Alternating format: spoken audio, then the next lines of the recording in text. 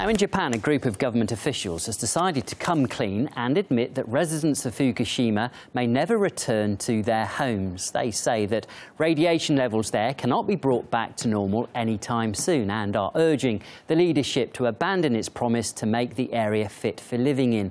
But only a handful of those residents actually want to go back, more than 2 years after an earthquake and tsunami crippled the Daiichi nuclear power plant. And here's one of the main reasons for that. Ideally, the radiation level should be just 1 millisievert per year. Since this is an unreachable target for Japan, the government reportedly hopes to ensure people aren't exposed to doses of more than 20 times that. However, in some of the worst affected areas, Geiger counters show measurements of around 50 times the recommended level, and that's halfway to cancer-causing levels. RT's Alexei Yaroshevsky brings us this report from the exclusion zone. It's hard to say what gives you a creepier feeling, the trail of destruction left by the 2011 tsunami, or the houses untouched by natural disaster but abandoned after the nuclear accident. Walking through the deserted streets of the Fukushima exclusion zone, we can see plenty of both. Technically, we're now well within the Fukushima no-go zone. We're just 10 kilometers from the nuclear power station. These houses, ravaged by the tsunami in 2011, still stand here and nowhere near to being restored. You'll be surprised to learn that radiation levels here are in fact lower than in some of the European cities. And this prompted the decision by the Japanese government to allow the people to return to their homes.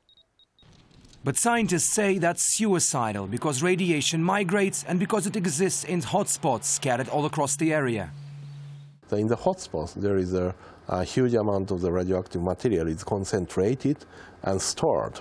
It is almost impossible to find out all the hotspots to shut down or remove all the radioactive contaminated material from their houses. We actually stumbled upon this process. Radiated material from personal belongings to contaminated soil is put in plastic bags and buried.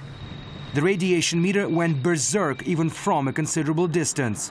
Imagine our surprise when we found similar levels in an area which had never been included in the no-go zone. I've traveled to the Chernobyl exclusion zone more than a dozen times, and this was probably the scariest episode when we put a radiation meter on the ground on a layer of moss, and it produced more than 800 microrontgens per hour. That is 40 times more than the normal human radiation level. Here, 60 kilometers from the Fukushima nuclear power plant. The readings are certainly less than that. This is close to the average level of the ghost town of Pripyat in the Chernobyl zone. Only with one exception. The place where I'm at right now, more than 10,000 people are currently living. Mrs. Morizono is one of them. She bought a radiation meter and now patrols the area looking for hotspots. We had after-school classes for children at our house, but had to close it because of high radiation. In her short life, this girl has already got used to seeing a lot of radiation meters. Just like Mrs. Morizono, her mother joined an NGO group of ordinary women, united by fear for the future of their children and distrust of the government's actions. We're sending our data to government and TEPCO officials every day, and we get no reply. Don't see any action from them. As if they're trying to play down the scale of things. Meanwhile, our children are already suffering from thyroid issues. The voice of dissent is now intensifying, despite assurances from TEPCO as spent nuclear fuel rods are removed from Reactor 4 at Fukushima Daiichi. We have it under control. It's a challenging process, but we have the equipment to perform it. Anti-nuclear protesters in Tokyo say no one should be allowed back into the Fukushima area until it's completely safe, which in truth may not happen for centuries.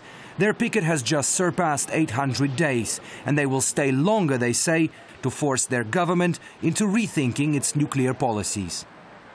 Alexei Yaroshevsky, RT, reporting from Japan.